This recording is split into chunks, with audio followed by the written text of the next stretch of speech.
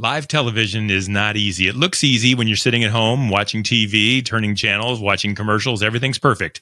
It's not easy. It requires a lot of work and it's under a lot of pressure, but it's so important. That's what this show is all about, and that's what we're going to talk about next. Mackenzie Rossero, a producer in New Day, Cleveland. Next.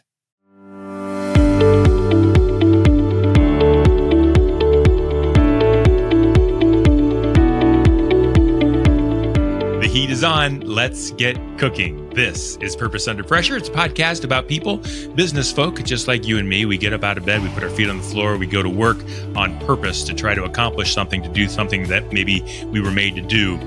It happens to all of us every day, and then the storms rise and try to knock us off track. And that's what this show is all about. Purpose Under Pressure is a podcast that you can like, you can subscribe, you can follow. You can tell your mom if she's interested. I'm interested if you like it. If you're back to watch it, it means there's something that brought you back. Tell a friend, let them know this show is worth paying attention to, and maybe we can help them get over some pressure points as well. So I do appreciate the follows and the subscribes and the likes in any way that you can let people know. Purpose Under Pressure is brought to you by Sandler by the Ruby Group, serving sales professionals nationwide with sales training and business development exercises from their Akron and Columbus, Ohio locations. They're also in Jacksonville, Florida. They are doing it right. They're doing it well. They're doing it on purpose. It's the one of the reasons I sought them out to be partners in this program, because they believe in this idea that we're trying to do something right. We're trying to do something on purpose. It's not always easy, but it's important to stick to your guns and make it come through. So if you want a sales team that behaves that way and accomplishes success that way, they're the types of people that you want to talk to. That is the rubygroup.sandler.com. Visit that website and talk to the folks at the Ruby Group. You'll be glad that you did. I'm excited about today because let me tell you what this show is all about. Here's why it's hard. let me whine a little bit. Here's why it's hard being me. I do a weekly podcast, 39 weeks a year, about 30 minutes a piece. That's it. And yet it's hard sometimes to find the right guest. It's hard sometimes to get the guest to show up. It's hard sometimes to meet your deadlines, and with everything else going on, to get the show produced. It's hard to put together a weekly show. Okay, so try doing it every day and try having that show being live on TV, and try doing that for an hour or longer every single day. That's a whole different ball of wax. And I'm interested to find out how you do it. Welcome to the show, Mackenzie Rossero. She's a producer at New Day Cleveland, Fox 8 television right here in Cleveland. And she's filling that role every day that I try to do on a weekly basis, and she's killing it. Mackenzie, welcome to the show. Hi, thanks so much for having me, Brian. Excited to be here. I'm glad you're here. I'm glad you're here because I really am interested in this, because I struggle. I think it's really hard. And yet, every day I turn on the television in the morning, there it is. There's a full show. There's guests. There's everything that's got to do with it. So, Mackenzie, we're going to talk about it. I'm interested first. Why are you a producer? Why do you love your job? Tell me a little bit about your purpose and what you're trying to accomplish on a daily basis there at New Day Cleveland. Absolutely. So New Day Cleveland is a lifestyle and entertainment morning show. We're live as of about 2 years ago. We're live 2 hours a day, live Tuesday through Friday. And then we are taped, pre-taped shows that we put together on Mondays. So it's all about local. It's all about local businesses, local makers, local restaurants, anything that you can find that is specific to Northeast Ohio and Cleveland and the surrounding areas is what we're all about. And what makes our show really special, and what makes me so proud to be part of the show, is that we give back a lot to local businesses and help to get them to a wider audience. And that has brought me a lot of joy and a lot of purpose, because it is more than just a 9-to-5 job where you go and you're sitting at a desk, or you're talking about news. This is really meaningful work in a bit of an innovative way, right? Mm-hmm. You have broadcast, which is hugely important and does so much, and it gets everyone the news and the things that they need to know. But then you also have this outlet like New Day Cleveland, where you get the feel-good stories, where you get the stories that you can show your support by, going to someone's restaurant or shopping from their store. It's an opportunity to get to know your community in a different way. And there's really no other show like it. And did you always want to be a producer? A lot of people, when they get into broadcasting, they want to be a newscaster. They want to be a sportscaster. They want to have their mug on TV. There's so much that goes on behind the scenes. Is this what you always wanted to do? It is. So I went to school for journalism and English literature. I've always loved words. And so that kind of landed me in journalism. And then as I was learning the world of journalism, I was introduced to broadcast. And that kind of opened up a door for me that I hadn't really anticipated. And I was, in very coincidental, happenstance sort of way, ended up at Fox 8 as a end of high schooler, and got the chance to really see kind of behind the scenes. And then that path really started there. I was able to kind of see what goes behind the scenes, the jobs that aren't the first that you think of when you think of broadcast. You think of like the on-screen talent, you think of reporters and directors and things, but producers aren't necessarily the first role that comes to mind. So getting to learn what goes into that role, and it felt like a fit. It felt like home from the beginning. So I'm really fortunate. It's a really tough job too, isn't it? Like, what goes into a day? Maybe this is where the pressure starts to build. How do you do it? Yeah. So I am one of a team. So my team is fabulous. So there are 5 of us who are responsible for getting all of the content on the air. So if you were to look at our show, so we have 2 hours of content, 5 days a week. That comes to about anywhere from 16 to 20 segments a day. A majority of those are live guests. Some of them are pre-taped that we've set up and gone to the location. Some of them most of them are live in the studio. Then there's some we'll do live, like out in the community, but they all require planning. They all require coordination. We create graphics for each one. We have to know all these nitty gritty details about everything. And in order to get the information out to the viewers so they can support that business, to make sure our hosts, Natalie Herbick and David Moss, are prepared. So we are really that like middleman in all of these things. And so it's challenging because you'll have last minute cancellations, and you'll have, issues. There might be traffic and someone will be late, and it's a lot of learning you're pivoting all the time. And it's just being comfortable with that speed of things and that flexibility. So on a live show, someone is late in traffic and David Moss is sitting there ready to go, and you have to say, she's not going to show. What do you do then? You come up with another solution. You find the goal here, Brian. The goal is always that if you were watching the show at home, you'd never know. You never know. That's the goal. We don't want anybody at home to ever know that there was a bump in the road that day, that a guest didn't show. That's the goal. And when we have a rough day, and when it's all said and done, we go, hey, they couldn't tell at home. And that's how we wipe it away. There's like a hurricane going on, but you don't want anybody to know there's a storm. You want everybody to know it's clean and clear. But still, I have to ask the question. When there's no guest, and it's a live show, the cameras are on, 5, 4, 3, 2, 1, go. Mm-hmm. What happens when it's broken? How do you keep people from knowing there's a problem? Absolutely. So what we'll do, we try to stay really on top of it, try to stay really on top of our people. And if we are approaching the beginning of an hour and we don't have everybody here yet, that's when the alarm bells go off, right? So we'll call, whatever. And it gets to a point where we kind of prepare for worst case scenario, which is no show for whatever reason that might be.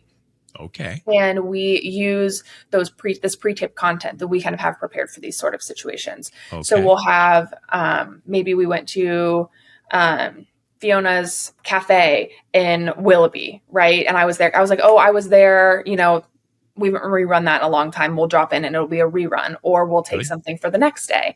Maybe we'll say, we'll deal with this problem after the show and we'll borrow something that was meant to air the next day. And then it's just kind of this like piecing together from all of the different parts you can think of. And we work as like a collective brain. Like you could go up to anyone in our team and be like, hey, what's that place on the corner? And they sell the mini donuts. And one of us will be like, oh, that's so-and-so. It's so-and-so. Here's, the owner's this person and they're great. So we are able to kind of, when that happens, when there's that hole, we look at the show, we look at what's missing. Do we have food? Do we have makers? And we kind of try to fill that hole with something that will add to that content, add value. And that would ideally, nobody at home would know anything was amiss. And most times, I don't know if I've ever seen it where it doesn't look smooth and it's just ready to roll. And yeah, well done. Thank you very much. So do you plan ahead? Do you call people and try to find the most interesting guests on your own? Do they come to you? How does that work? A little bit of both. I would classify myself as an expert internet stalker. If you have ever posted about your bakery on a local community group, I've probably seen it. So, I mean, like we, lurking a lot of Facebook groups, a lot of social media, because that's so big and such a large part of, how our world operates. So a lot of searching for people on social media and websites and staying up to date with other news outlets who are also promoting, similar things or keeping up with new businesses. And we also have people who reach out to us. We get emails all the time.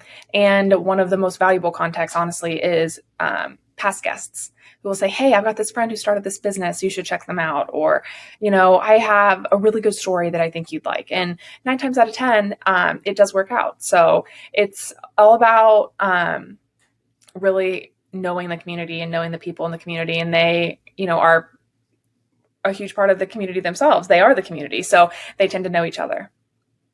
So when you're doing the job, we talk about pressure quite a bit. We talk about purpose, and we talked a little bit before the show about, quality versus quantity. You want to have the right guest. You want to have something that's good, and yet you need to fill the time. When things are really hard, are you focused more on quantity? Are you focused more on quality? And when does that pressure start to get to you? Tell me a little bit about personally how you kind of go through your day. Do you just let it roll, or does it sometimes get a little bit too much? I try to let it roll. I definitely try to let it roll. I think that doesn't always work. It really depends on the situation. I think that so we were previously an hour-long show and have doubled our content in the last 2 years. And that has really caused a change of mindset, because what was a problem when we were a 1-hour show is insignificant now because we've doubled that. Yeah. So it's really taught me how to just get comfortable with the uncomfortable and just to get, just to do the best you can and make it work. And I think when it comes to filling a show, obviously the most important thing is that we have a show on the air. We can't cut to black screen. We can only make Natalie and David chat so much to each other. There's a little sneak peek, I guess. If you see a bunch of those chats, it means we might have been, that's a hint that things might have gone amiss that day. Yeah. But, so obviously you have to get things on the air. You have to have content. That's the whole beast. But in every possible opportunity, you want to tell a good story. And there are so many good stories in Northeast Ohio, and it is astounding how many good stories. And I think that's a testament really to this area, because they've tried to duplicate New Day Cleveland in other markets. And there aren't the local businesses and makers and there's nothing to sustain it. They've none lasted like our shows lasted. Interesting. So I think, that's my goal, is to always be telling the stories that are impactful and that will help other people. And sometimes, sometimes maybe that doesn't happen. Sometimes you get those days where you had multiple people cancel last minute, and you're just trying to keep the show moving and trying to keep something on the air. And there are those days, and those days are tough, and, they get you down a little bit, but then you do better the next day, and you tell those impactful stories, and you help those local businesses and help them with their market and to sell and to get people into their restaurant, and it makes a difference. I know that people at home don't know anything's going on. They think everything's just fine, and you're not letting them see. And yet behind the scenes, is when people know it's good enough, and yet it might not be good enough for you. When your purpose is such that you really want to tell good stories, you want to do good for the business, and you know that it didn't quite go perfectly. A lot happens in life like that way. We want things to be always best. And at least for me, it's hardly ever good enough. Do you ever kind of get down on yourself, even though, Mr. and Mrs. Smith at home are going, hey, well, that was a great show. We really enjoyed that. Is it harder for you, though, as a producer? I think that part of being a producer is being a perfectionist to some degree. So always, I'm always, striving to do better the next time and to learn from my mistakes and to because it's a point of pride for me to contribute to such a wonderful show. And so yes, I say definitely. I definitely get down on myself. There are definitely days that are tougher, and definitely days when you're like, that didn't go as I wanted it to. But what you have to do is you have to pick yourself up and you have to try again the next day, because it's another 2 hours, it's another beast, and it's like planning a whole new party, but you get to start kind of from scratch when you've had a bad day. So I want to throw you a curveball, maybe put you on the spot here a little bit. And if you don't have a great answer for it, I understand. But this is Purpose Under Pressure, which means we succeed. It's not always bad. People say, Brian, why do you ask all these hard questions? Well, because it's a lot more interesting to know when things are going wrong than when everything's perfect. Can you give me an example of a time when the pressure got so big and when everything was almost ready to just crumble, and yet, because you're great at what you do, because you did the right things, because you remain calm under pressure, whatever it might be, you pulled that thing out. Can you give me an example of how that might go? Because I'm sure it happens a lot. One of the first things that come to mind are we do an annual show where we honoring veterans in the fall, and we do a show where we honor veterans, but that's its own challenge, because in the past few years and going forward, we have been doing that show remotely. So what that looks like is say for example, David is in our studio at Fox 8 in Cleveland, and he's got, maybe 5 or 6 businesses lined up to do as normal. Maybe we've picked specifically veteran-owned businesses that give back to veterans. They're all within the theme. But then you have Natalie and, multiple live cameras, multiple live trucks, 10 live guests at a other location, in Parma. And so when you pick up the whole show and you take it outside that studio and you ask for the same sort of smooth action and the tossing and back and forth, that gets challenging, especially when you are in what we call the booth, which is where the director's back there. That's where they run like the teleprompter and things. That's where the producer, such as myself, would cue all of the cameras, would tell them, we're going to you. Oh, I need you to change that shot. And it's a lot of back and forth. And that I always volunteer to do the booth, because I enjoy the high stakes and the speed of it. But it is always like you sit there and it is the fastest 2 hours of your life, because you're like, all right, David, I've got 30 seconds. We're coming out to you. Natalie, and I'm talking to them in their ears. I need you to finish this interview. And then because when the clock hits 57:15, it doesn't matter what anybody's saying. It doesn't matter what we're showing. It's over. And it's my job to get them out and get them on time when they're in 2 totally different cities with their own guests and their own, and I've got, however many cameras out in that location, and I'm queuing all of them. So it's a lot to keep track of, and it's a lot of moving parts. But I think that that's part of the fun too, at least for me, is because those are the days that you ride the high afterwards, and that show's done and you're like, looked great and everybody's thrilled. And it's a very satisfying feeling to see it all come together and play a role in it. One of the biggest problems we have as managers and leaders is sometimes we're not focusing on leading, and we end up doing it for our sales team. How do we coach our people to help them figure out what self-limiting belief that they have that's holding them back from achieving the levels of success that they know they're capable of? Help them flush out what we call their own head trash, that thing that's holding them back. So work with your team, lead by example, watch your team achieve greater levels of success, and watch your team grow, and more importantly, watch your company and your business grow.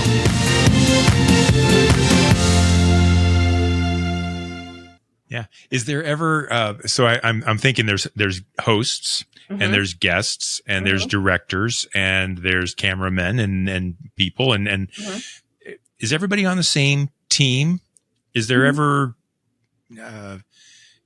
hey, this would have been better if you'd have done that. Is there ever any kind of thing? Because I know broadcasting, there's a lot of, it's in front of people, it's live, right. There's a little bit of ego involved. Absolutely. I know that. And so how does that play out? I think that everybody, we are a team. Everyone is unified under that common goal, which is making good television.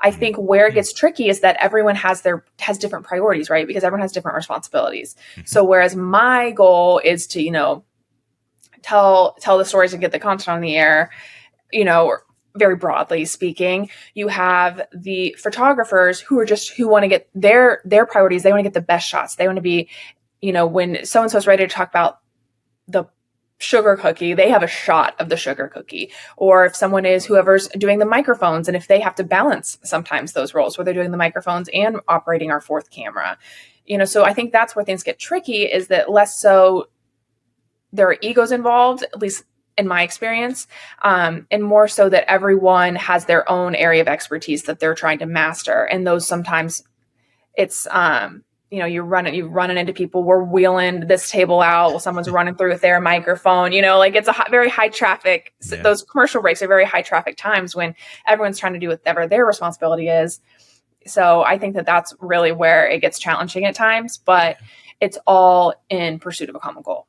Yeah. And I think that's what it's all about. It's what this show's about. It's about that goal, that purpose, and yet all the pressure that goes on. But it's key that we just don't get knocked off. We got to keep on going. We got to stay on point.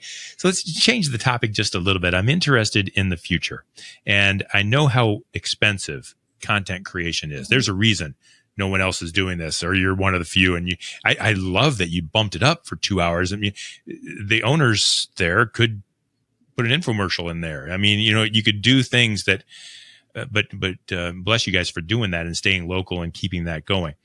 What are the challenges that you see, though, above keeping it profitable?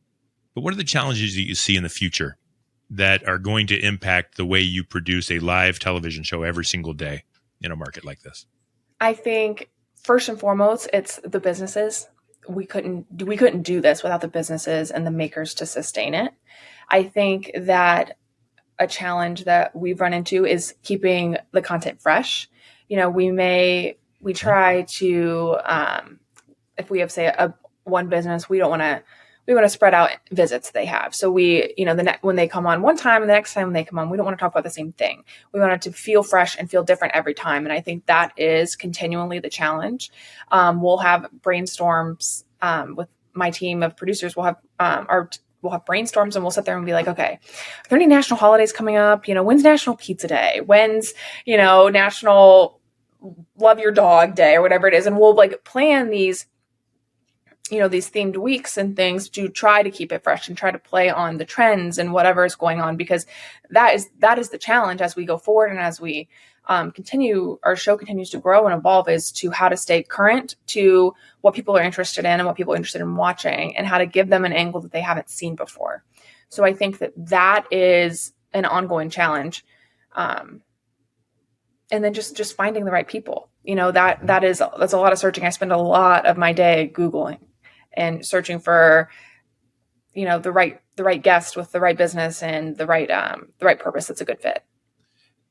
And final question about the show: is it the producers of New Day Cleveland? Is it the host of New Day Cleveland? Is it the owner of Fox 8 or whoever? How it takes purpose to put on a show like this. It's hard work.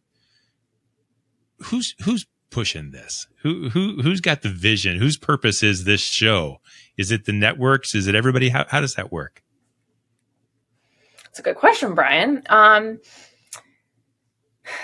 I would say I think that the heart and soul, I think it depends on who you ask, right? I think that if you were to ask a viewer, they would without a doubt say the heart and soul are our hosts. And I think that would be an accurate answer.